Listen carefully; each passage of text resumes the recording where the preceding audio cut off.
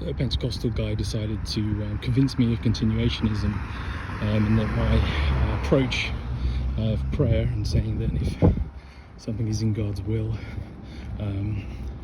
that was very weak. And this is how Christians should pray, by the way. We should pray that if it is in your will, Lord, then let it be done, but ultimately your will be done, right? This is how we were taught to pray. So it was a very non-Christian approach to prayer, and a very arrogant one.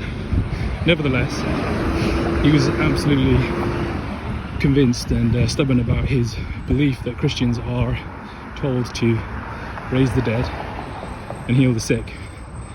When it came down to providing evidence, or that he would actually be doing that and going to hospitals and clearing them out, that was not answered.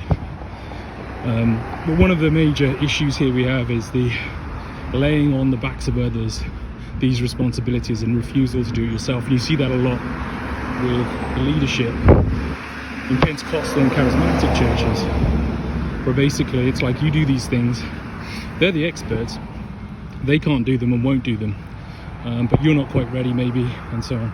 So it's very complicated and convoluted and manipulative. It's sad and it's quite nasty. It didn't hurt my feelings, I kind of knew how those things go, but the reality is, if you're going to tell people that they're in sin because they're not healing the sick, that's a serious moral problem. And when you load up others with these responsibilities, this is very pharisaical, and this is, I'm sure Pentecostals and charismatics would be aghast at the idea. We're not Pharisees. Well, don't load your people up with these things. Don't tell them to do it.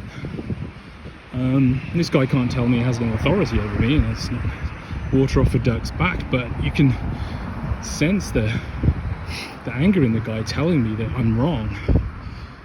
But when I said, so you can do these things, silence, radio silence. So yeah, it's a strange world, but pray for the people caught up in those things, and pray for the people doing that. They're deceived and they need their eyes opening to the gospel and the truth. And to be honest, really, let's be honest, if you're making claims like this and talking about being obedient to God, we need to clear that up, clean it up.